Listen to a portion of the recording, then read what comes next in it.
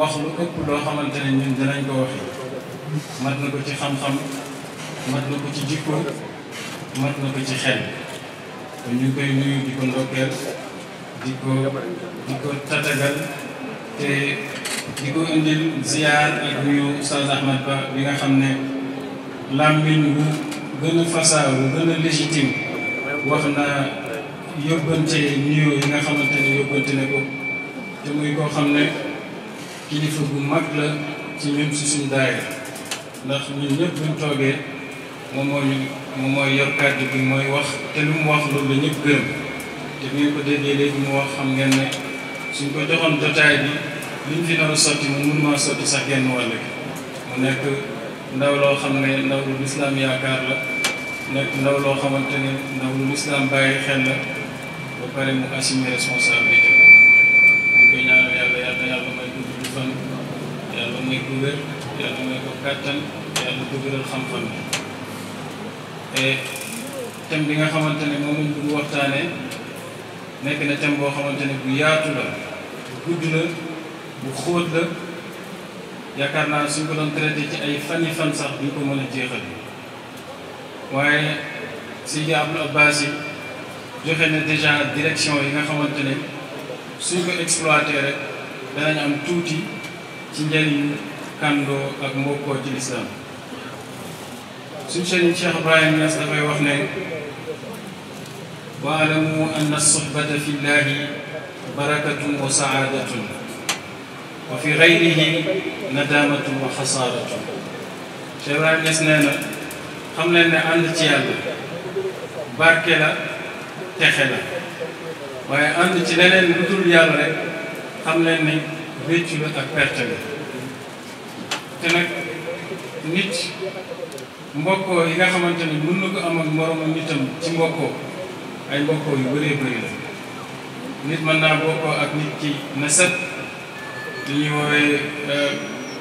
uxwa nasabiya maanaam ñoo bokk bàyyi ñoo bokk ndey ñoo bokk deret daal mbokkoo boobu lislaam da ko amal soxla daf ko jox dayoo bu rëy daf ko sacraliser tamit daf ko fonk ba nga xamante ne mbokkoo boobu moom lislaam da cee jëlee ay résultats yoo xamante ne dafay fen ci dundu doomu aadama ñëpp xam nañ ne koo bokkal ndey bàyyi moom sëy moom xam nañ ne koo bokkal ndey bàyyi daf lay doon da nga koy doon moo am beneen façon mbokk boo xamante ne mbokku nàmpal boo xam ne da ngeen a bokk nàmpandoo fenn rek mbokkoo boobu tamit l'islam fonk na ko fonkeel boo xamante ne tiré ni ci ay conséquences juridiques bi ci njëkk mooy ne sëy mënut a dox seen diggante waaye doon nañ ci mën am seen biir boo ñëwee nag ci mbokkoog l'islam da ngay gis ne mbokkoo gi nga xamante ne mbokkoog nasab la ak mbokkoo gi nga xamante ne mbokkoog radaa la li ñu am comme conséquence juridique yëpp mbokkoo ci l'islam da koy am te nàmpandoo leen bokkoo leen deret waaye li nga xamante ne moom la mbokkoog nasab di jur yëpp mbokkoo l'islam da koy jur li nga xam ne moom la mbokkoo meen di jur yëpp mbokkoo l'islam da koy jur ñëpp xam nañ ne ci taarixul islam bu njëkk ba Yonent sallallahu alayhi wa sallam di créé mu alxaat te mooy day jël ay jullit di leen bokkale ak yenn ak ñu jullit mbokkoo googu bokkoon na ci conséquences yi mu amoon doon nante nag après dindi nañ ko waaye damaa bëgg wax rek ne mbokkoog l'islam ni mu gën a fooree dafay feeñ rek déjà ci ñi nga xamante ne noonu la charia tërale Yonent sallallahu alayhi wa sallam ba muy teg mbokkoo googu tegu ko rek entre muhajirin ak ansar ñun ci bëri ci ñun dañoo yaakaar ne mbokkoo googu moo axaat googu Yonent sallallahu alayhi wa sallam da ko teg rek bayna muhajirin wal ansar waaye gën naa yaatu lool mbokkoo gi soo demee ci Ibn Kasir dafay wax ne mbokkoo googu ci lislaam Yonent sallallahu alayhi wa sallam tàmbali na koo def Makka ba nga xamante ne moom ci boppam Yonent sallallahu alayhi wa sallam mbokkoo na Seydina Ali jël na Hamza mu mbokkoo Zayd ibn Haarisa ak yeneen i saxaabu yu bëree bëri te mbokkoo googu du woon dara lu dul rek dëgëralante ñi féete kaw mbokkoo ñi féete suuf kii di jariñ borom kii xam ne am na xarit kon loolu mooy départ wax ji wax ne mbokkoo ci yàlla dafa nekk mbokkoo koo xamante ne balluwaayam azal la ndax aaya bi nga xamante ne moom mooy saxal ne jullit ci ay bokk lañ dafa wax ne innamal mu'minuuna ixwatun aaya boobu ñëpp ko xam innamal mu'minuuna ixwatun fa aslihu bayna axawaykum aaya boobu bi ko sufiyanke yi di firi boobu sax sufiyanke yi waaye bi ñu koy firi rek dañoo wax ne mbokkoo daa am ñetti dimension première dimension bi mooy bi ma wax mooy bi nga xamante ne da ngeen a nekk ay mbokk parce que yéen a bokk lislaam da ngeen a am mbokkoo koo xamante ne mu ngi juddoo ne yéen juróomi ponk lislaam yi ànd ngeen bokk ne d'accord ngeen si mooy baati shahada yi di julli di woor di joxe azaka di dem Màkka yooyu su ngeen ci d'accord rek nekk ngeen mbokk par force waaye dañuy wax ne mbokk gi li nga xamante ne moo koy dundal mooy ngëm yàlla gi moom mooy permettre jullit bi yëg ne moom am na beneen mbokk bu dul mbokk deret pour mu ñëw rafet nag il faut nga yëg si maqaama ihsaan ngir nga xam ne li ngay def defoo ko rek ci defin bu simple bu definu nit na yonent sallallahu alayhi wa sallam ba muy firi ihsaan dafa ne in ta'budu allaha ka annaka taraahu fa in lam takun taraahu fa innahu yaraaka da ngay jaamu yàlla mel ni yaa ngi koy gis na nga xam ne boo gisul yàlla moom mu ngay gis kon da ngay gis ne mbokk wante daa mel ni li Cheikh Ibrahima Niass di wax dafa ne mbëggeel yaram la Cheikh Ibrahima Niass dafa ne mbëggeel yaram la te ruux biy dundal mbëggeel mooy seetiwante bi ñuy seetiwante doxal bi ñuy doxal mbokkoo bi ci dem di ziyaarante li ma doon wax mooy sufiyanke yi ñoom boo demee ci tafsir boo xamante ne tafsir bu Cheikh Ibrahima Niass fonk la mooy Ismaïl Haqqi dafay wax ne mbokkoo dafa am ñetti dimension te mooy bi ma njëkk ko wax léegi mooy mën nañ ko dimension juridique lan mooy dimension juridique bi mooy ku bokk ku nangu juróomi baat yi bi ma wax rek ponk lislaam bi ku ko nangu rek yow jullit nga te ba nga nekkee jullit rek amuloo pexe ci beneen jullit nekk sa mbokk parce que lislaam moo ko teg loolu mooy mbokkoo ci lislaam deuxième niveau bi da cee wax loo xamante ne lu xóot la ngeen baal ma rek ñun ay mutasawwifiina lañ wala loolu lañ bëgg nekk moo tax thème bu ñuy aborder rek il faut ñu dugal ci touche boobu parce que dafa am loo xamante ne bi Abul Abbas di wax daf ko wax dafa ne jullit yi il faut ñu mën a dépasser seen particularité yi seen spécificité yi pour mën a constituer benn communauté loolu pour mu mën a nekk il faut suñu gis-gis ci l'islam ñu spiritualiser ko bu ñu ko deful rek du mën a nekk am na benn tubaab mu ngi tudd Jacques Berck jullit la ñëpp xam nañ li mu liggéey ci tafsir alquran traduire alquran jële ko ci français jële ko ci arabe indi ko ci français mu nekk docteur en grammaire arabe kon ku xam diine l'islam la ku xam arabe la dafa wax ne jullit yi ñoom ñaari problème la ñuy jànkonteel premier bi nee na jullit yi ils sont incompris maanaam jullit yi kenn comprendre leen deuxième bi mu ne jullit yi ils ne se comprennent pas jullit yi ci seen biir comprendre ante wuñu mu ne lu tax mu ne parce que jullit yi message bi leen yàlla indil pour ñu mën ko méditer di ko teg seen kanam di ko dundee moom mooy alquran xam nga Cheikh Ibrahima Niass mag mu baax la mu bëri xam-xam te ku liggéey la ci kenn ak nekkale julli ci benn daanaka am na benn mag moo xamante ne sax daa bind téere bu mat sëkk ngir di ci wax Cheikh Ibrahima Niass naka la liggéeyee julli ci nekkoo benn mu ngi wax ci benn woyam di wax ne tamassak bi azyali nabiyyi mutaabi'an mazahibuhu wal muhdasaatu falala fa tughnika an dusturi kurzin wa xaalidin wa tughnika an juunin yarumu muhaala fama napoléon aw laninun aw markasun bi muuxan ilayhim xalli anka xabaala kitaabun min allahi aljalili jalaaluhu qadimun wa baaqin laa yaxaafu zawaala talaahu lfata almamuunu jahran wa yaqzatan fa da baada hada kulla qiila wa qaala waaye daf ñuy incité pour wax la rek ne adduna dara du hasard xam nga dañoo ne jotaay bi jotaayu alquran la mooy ndaanaan day mokkal alquran waaye daf ñu delloo ci cosaani diine mooy ne jullit yi suñ bëggee seen mbir ñoom il faut ñu dellu ci alquran suñ delluwul ci alquran rek liñ bëgg ci mbokkoo gi dund ko mu nekk benn du mën a nekk léegi nag ci biir texte bi da ngay gis ay éléments yu bëri yoo xamante ne daf lay permettre moo mën a expliquer li mu bëgg wax ci Jacques Berthe li mu wax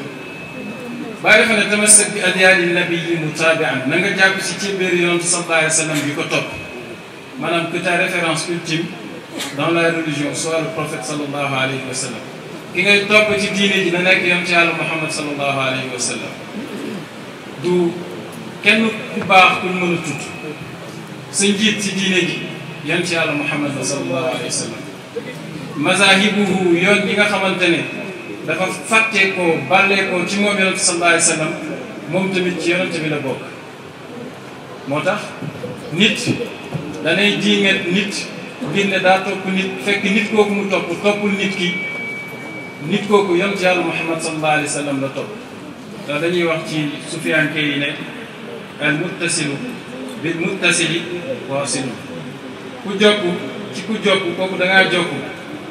naka noonu tamit ci xam-xam kuy roy ci kuy roy yonent sallallahu alayhi wa sallam yow royoo kooku yonent bi sallallahu alayhi wa sallam nga roy du Karl Marx du Lénine du Napoléon du ñooñu lañ jox wax yu ngir ñu mën ñoo wax ne fii ngeen di jaar bu ngeen jaarul fële ngeen di jaar te ñi mu wax ci ñi tamit ay nit lañ yoo xamante ne dañoo teg ay idéologie kii dafa ñëw teg marxisme kii ñëw teg léninisme kii ñëw teg socialisme bàyyi nañ ñoom ak seen idéologie lu ñu mën a fort du ñoom lañ yónni ci ñun kon tamit da ngay gis ne tamit du Abdul Wahab du Ibnu Taymiyata du keneen ku mu mën ci doon lañ yónni ci ñun alquran ak sunna ñoom ñooy suñuy delluwaay bàyyi teg si wax ji loo xam ne tamit lu jar a bàyyi xel la nee na alquran kitaabun min allahi jalili jalaaluhu alquran téere la boo xamante ne dafa jóge ci yàlla màggaayam ñëpp xam ne téere bu màgg la nee na téere bu fi yàgg la ne téere alquran téere la boo xam ne dafay yàgg lool génération yu bëri jaar nañ ci méditer alquran jàngat ko te alquran mënta sàppi Ahmad Bamba li muy wax ne kalaamun qadimun laa yumallu samaa'uhu téere la boo xamante ne téere bu yàgg la ngay caf kam lu sàpp mu kon boo delloo ci alquran bi ñu Cheikh Ibrahima Niass wax danañ fa dellu dangay fekk alquran di wax ne innamal mu'minuuna ixwa loolu noonu ñu jàng arab ñoom Cheikh Baye Thiam xam nañ ne foofu waxin bi dañ koo xasal maanaam dañoo tënk qualité de musulman nekk jullit ci mbokkoo bi wala ñu ne jullit rek jullitay mbokkam te wax ji nekkul wax joo xamante ne wax ju sew la mais bala ma cee dugg ma firi li ma bëggoon a firi sànq maanaam boo fa wàcc ci boppam waxoon naa ne première dimension bi mooy première dimension bu simple bi rek nga xam ne jullit laa sama mbokk nga beneen bi sufiyanke yi dañuy wax ne mbokkoo gi ci yow ci sa bopp la déparé ndax xam nga islam ay individualité la yu daje pour constituer benn communauté nee na individualité yooyu dajaloo pour constituer benn communauté nit ku nekk ci yow aaya boobu da nga ko war a appliquer ci sa bopp lu sew la lu xóot lu sufiyanke yi di wax foofu boo demee ci tafsir Ismaïl Haqqi da nga fekk muy wax loolu nee na jullit bi daa am ay mbokk yuy dund ci moom ay mbokkam jullit bi jëmm ji am ay mbokk yu nekk ci biiram yoo xamante ne suñ jubboowulee yeneen mbokk bi du mën a jubboog ñoom du ma ko xóotal waaye nee na ruux bi am na aalam bu mu juddoo yaram wi am na aalam bu mu juddoo nafs bi am na aalam bu mu juddoo aqlu bi am na aalam bu mu juddoo yàlla ne leen innamal mu'minuuna ixwa da ngeen fexe ba ñooñu noonu ñëpp jubboo nga xam bu ne fu mu dëkk nga dëkkal ko foofu nga mën a jubboo yow ci sa bopp ba pare soo jubboowee nag nga door a jubboog ñeneen ñi ndax dañoo laaj benn sufiyanke lan mooy mbokk dañ ko laaj lan mooy mbokk mu ne mbokk mooy yow waaye ci beneen yaram yow waaye ci beneen yaram moo tax may wax ne buñ spiritualisé wul dégginu l'islam li ci yàlla bëgg ci ñun mënuñu koo am ndax dañuy nekk ay nit rek nit simple yoo xamante ne comme ni Baye wax yenn saa yi nga manqué yenn saa yi nga mat waaye soo jubboowee ak sa bopp sa mbokkoo gi si sa bopp yow boo ko defaree ba pare mbokkoo geneen gi dina baax te loolu mënta nekk mukk lu dul nga am tuuti spiritualité su ma waxul nga xam yàlla da nga fekk ñoom tamit ñuy firiwaat mbokkoo gi geneen façon ñoom sufiyanke dañuy wax ne mbokkoo gi nañ ko war a déggee nañ ko déggewul moo tax baaxul bàyyi ak ndey yi du ñuñ foog ne ñooy bàyyi ak ndey yi nee nañ benn bàyyi lañ am benn ndey lañ am te mooy yonent yàlla Muhammad sallallahu alayhi wa sallam te léegi nag lu doy waar a ngi foofu ñoom sufiyanke yi li ñuy wax foofu xam nga Adama nee nañ mos na jàkkaarloog yonent sallallahu alayhi wa sallam di ko wax ne yaa abar ruuxaaniyati wa bil jismaani yow suma bàyyi ruux yow suma doomi jëmm yow suma bàyyi ruux yow suma doomi jëmm te yàlla nee na ci alquran inna allaha xalaqa aadama ala suratihi yàlla daa bind aadama ci suuraam suura boobu nag après gars yi spéculé nañ lu ñu mën ci wax waaye ante sallallahu alayhi wa sallam borom budda nee na huwa alladi tamma maanaahu wa suuratuhu summa stafaahu habiban baari'un nasami diggante suura ak maana ak seen jam u ñoom ñaar la Sufyaan koy wax ne foofu la mbokkoo gi dëgg di nekk maanaam la mbokkoo gi suñ ko waxee mooy jege ñaari biñ jege Yonent sallallahu alayhi wa sallam pour wax na la ne rek mbokkoo gi ñi pour mu mën a régler il faut que mu am yoo xamante ne dañ koy régler sinon du dem moo tax l'islam boo ci génnee tasawuf rek dara du baax mooy li Imam Malik doon wax soo amee tasawuf amoo fiqh yow ab kàccoon soo amee fiqh amoo tasawuf soo amee tasawuf amoo fiqh yow da ngaa génn topp wa man jamaahuma faqad tahaqqaqa dégg nga bàyyi di wax ne boole sharia ak tariqa jëm ci xaqiqa loolu mooy al ural wasiqa te yow sallallahu alayhi wa sallam nee na ural wasiqa ci iman mooy uxuwa dégg nga Sufyaan yi ñu ne kon nag mbokkoo gi dëgg-dëgg mooy xaraaba gi nga am kéem xaraaba gi nga am si Yonent sallallahu alayhi wa sallam ñu ne sa xaraaba googu mën na nekk suratan mën na nekk maanawiyan wala mu nekk benn jamu bayna suura wal maana ñu ne bu nekkee suuratan la maanaam mbokkoo boo xamante ne mbokkoo ko jëmm la nii rek nee na loolu dañ koy bàyyee surafaaw yi ak ulamaaw yi ñoom moom mbokkoo boo xamante ne mbokkoo tiiniyatan la maanaam mbokkoo askan la ak mbokkoo boo xamante ne dañuy wax ne al ulamaaw warasatul ambiyaa yi mu ne nekk ñi nga xamante ne ñoo am mbokkoo ci Yonent sallallahu alayhi wa sallam mbokkoo boo xamante ne mbokkoo maanaa la mu ne moom mooy aarifuuna billaahi ak mutasawwifiina yi mu ne ñi am mbokkoo ci Yonent sallallahu alayhi wa sallam ci maanaa ak suura nag ñoom ñooy xalifa yàlla yi te yàlla kat ñoom sallallahu alayhi wa sallam gis nga xadis boobu inna allaha xalaqa aadama ala suratihi looloo def aadama xalifa yàlla ci kaw suuf kon nag mbokkoo gi pour mu mën a nekk il faut ñu am ci déggin boo xamante ne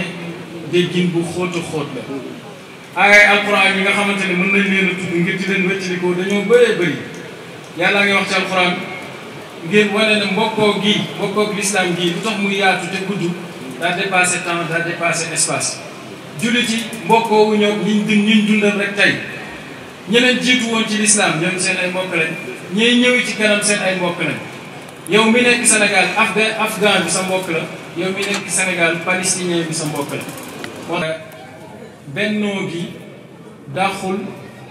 wuute ay xalaat ngir waxtaan ba mën ci am solution ndax foofu Seydina Abubakar dafa ñëw wax nga ne li nga xamante ne muhaajir yi am nañ ko ñoo njëkk gëm ñoo nangam bu mu waxee loolu nag Habbaab ibnul Munzir ñëw taxaw ne Yonent salaat ne waa Ansaar bu leen dof ñi dañ leen a bëgg génnee ci nangam wax ji tàng ba Seydina Omar ne ko dama lay rey Abu Ubayda nag si la jógee waar waa Ansaar wax leen neneen yaa ma'shara al-ansaari innakum awwala man nasara wa aadara fala takunu awwala man baddala wa ghayyara yéen waa Ansaar yéen ñi njëkk dimbali Yonent sallallahu alayhi wa sallam njëkk tàppoo ak moom bu leen nekk ñi njëkk soppi ñi njëkk yàq mbir ñu mujjee d'accord ñu ne nañ booloo nekk benn ñu jël Seydina Aboubacar def ko muy xalifa jullit beneen mbir tamit dana wane ne bokkoo nekk benn pour moo am il faut que sacrifice am te ay sacrifice yu rëy waxootuma sacrifice ego sama anaaniya déedéet bi sacrifice bu rëy la Seydina Hasan ibn Ali ñëpp xam nañu li xew bañ demee atum ñeent fukk ba nga xamante ne Muawiya ñëw na indi armée bu dëgër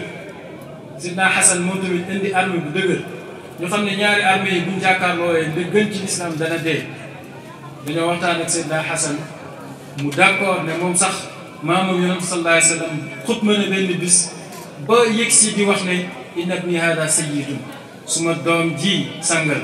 te yàlla dana mës a boole ñaari xeeti jullit yu naroon xaajali koo xeex ci barkeem moom bis boobu moom la ñu woowee yowmul jamaati ngir wane ne mbokkoo gi ci lislaam il faut mu ànd ak ay sacrifice il faut mu am ku nekk bàyyi leneen ci li nga xamante ne moom la kii am fi ma koy jeexalee te mooy li ma doon wax mooy ne mbokkoo gi lislaam saxal na ko te lépp lu kawe rek ci wax rek dana ci feeñ ne jullit il faut ñu nekk benn waaye li tere ñu nekk benn mooy li mbokkoo gi di laaj daa bari te li ñu suñu anaaniye di laaj tamit dafa bëri te pour ñu mën a dëggal mbokkoo gi il faut ñu bàyyi li suñu anaaniye di laaj moo tax da nga fekk ne laaj nañ benn sufiyanke kan mooy sadiq kan mooy mbokk dëgg-dëgg mu ne ismun bila musamma tur la woo xamante ne amul ku ko tudd tur la woo xam ne amul ku ko tudd am na sax koo xam ne tasawuf tur la woo xam ne xaqiqa la bu amul tur léegi nag tur la bu amul xaqiqa léegi nag nee na ismun bila samma Fudayl dafa laaj Sufyaan ne ko wan ma mbokk moo xamante ne danaa mën a wéeru ci moom ngir liggéeyal diine ji dama ko war a diine mu ne ko daallatun laa tuujad loolu réer na dem na doo toog gisati saa am na ko doon jàngal benn xadis mu ne yonent sallallahu alayhi wa sallam nee na bu yawmal qiyaama ci teroo bañ ciy waaj a yegg da nga fekk ne ñaaree gën a jafe muy dëgëm bu dagan ak mbokk mu dëgër moo xam ne mën ngaa wéeru si moom gaa yi di wax ne ki gën a sori tukki mooy ki nga xamante ne dafay tukki ngir dem ne dafay seeti mbokk mu baax benn aarabi benn kaw-kaw nee na allahumma ahfazni min as-sadiqi fa qiila lahu dafa wax ne yàlla ma yàlla musal ci sama yàlla ma yàlla xaar ci sama xarit maanaam yàlla ma yàlla musal ci sama xarit yi la wax gaa yi na ko waa yow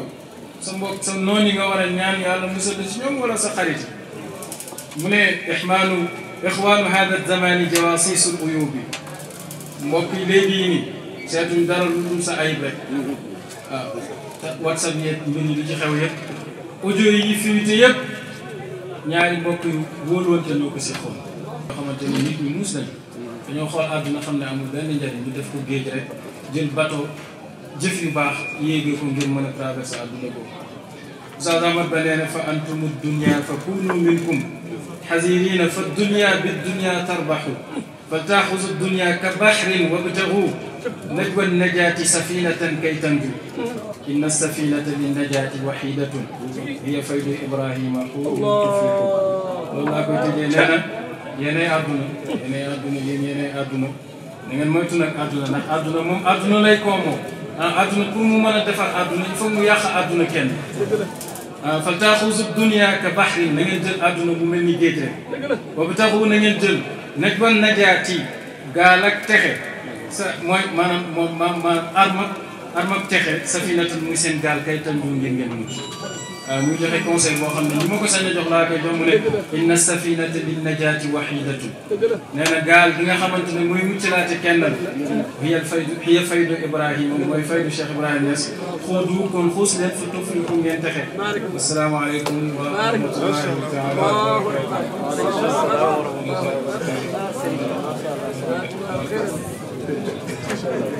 Macha Allah. Alhamdulillah. dëgg-dëgg xam-xam sotteeku na jërëjëf yal na yàlla fay la yal nañu yàlla defal aduna laaxira jàngi leen alquran te daraja moo di sunu luwaay nan si koy bun ko bàyyi sunu هذه بضاعتنا ردت إلينا ونمير أهلنا ونحفظ أخانا ونزداد